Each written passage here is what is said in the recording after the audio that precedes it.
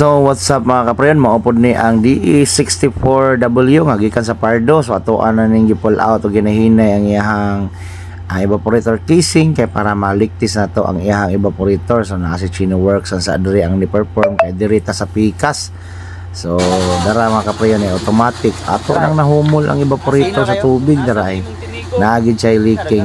Way daghang langas mga kaprayon way video ni sa brand yung gitaod. Diretso nagtaod automatic kay naarang tagiya nagtanaw.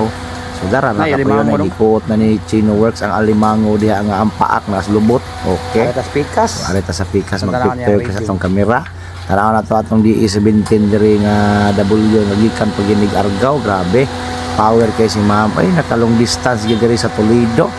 So nag-abot gini silang duha mga kaprayon. Una ang 17W, dayon ang 64W. So si Chino Works ay bahala ng pikas ato ara ng monitor ato mga tabi. Abot busing taga Pardo. Busing maayong buntag diha, padong na ron udto. Padong na pa nito. Padong na pa nito, Jollibee ko ni siya kog maginasal. Inig humagkaon sa Jollibee, tabok sa maginasal. Paman ni Tirada paman si Lolo, dapin gamay lo kay bidyuhan tani ang 64W kanila ko sa kamata para ingnon nga trailing kayo. So humana na mga kaprayon automatic na pwede kang langas humana atong DE64W nga gikan paglaray inayawan din nila mga kaprayon. So muatras na siya na natay enforcer dito nga gi-assign duha ka buok pag yun. Right.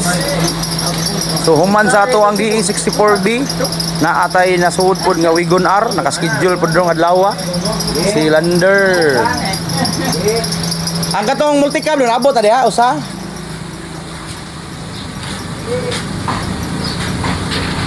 Mayuha mo sinyas mga buang nga.